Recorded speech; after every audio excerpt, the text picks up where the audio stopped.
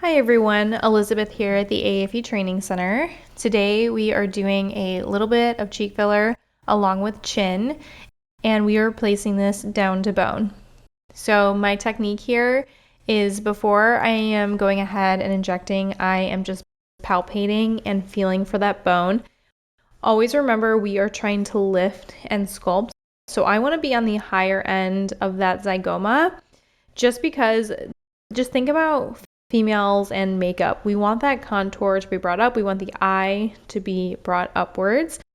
So we want to make sure we are placing our filler appropriately. So you kind of see me kind of just squeeze and palpate her cheek as I'm going through and just kind of pinching that zygoma between my fingers. Then I'm going in with my needle and touching bone. It's very important that you feel that bone underneath your needle, but also that you are being gentle. We don't want to be jabbing into that bone. There you can kind of see that I just readjusted slightly to make sure that my needle was completely flush on bone, but I am floating above that bone. We never want to be, penetrating through that periosteum. Once I finished lateral, we went in and just did a smidge in her medial cheek. This was more just a little enhancement appointment.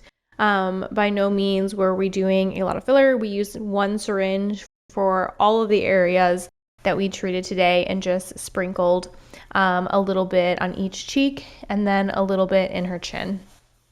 Here you can see that I'm standing behind her and looking from above just to make sure that we have a nice even distribution of product and there's no areas that are dropping off. We want a nice, almost like a picture like a Nike sign, like a swoosh coming back, just following that zygoma from medial all the way back to lateral.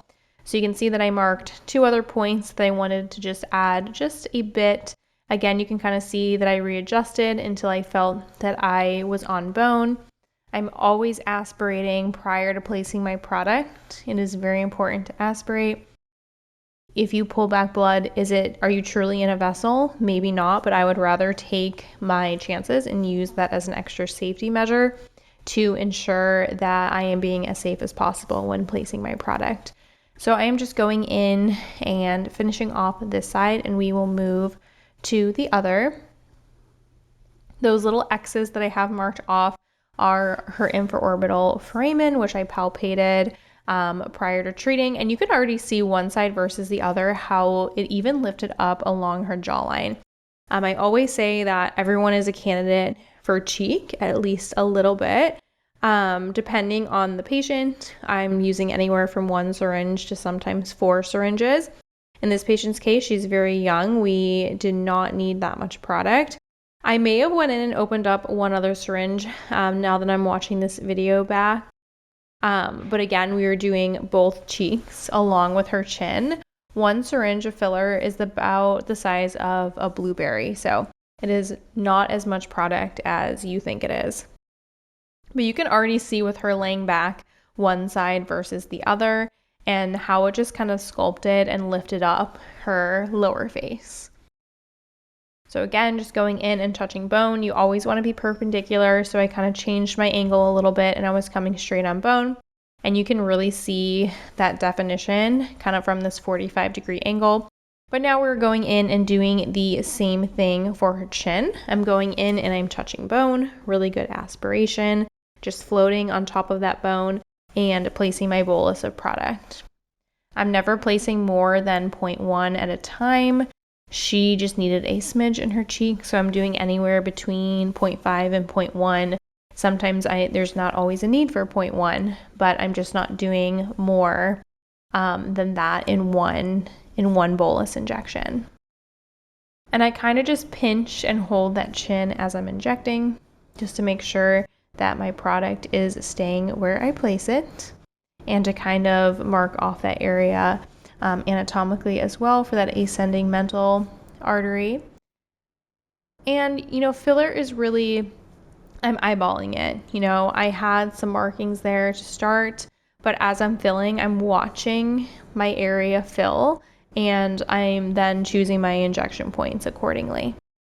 We went ahead and filled her other cheek as well. I have just a little bit of arnica gel on my gloves. I'm not pressing that hard, just like a gentle press, just to make sure that there's no large lumps or bumps. You will feel a little bit of that product underneath your hands. You don't need to spread it all out. It is down on bone. It's naturally going to kind of spread as that patient is animating and smiling. And we placed it where we wanted. So it's important that we're not trying to manipulate it and move it around. But any like large bumps or anything like that, if I were to feel that, I would give it a gentle smooth. But I'm just coming in a backwards motion and up towards her lateral cheek here. And just a gentle little massage on her chin as well.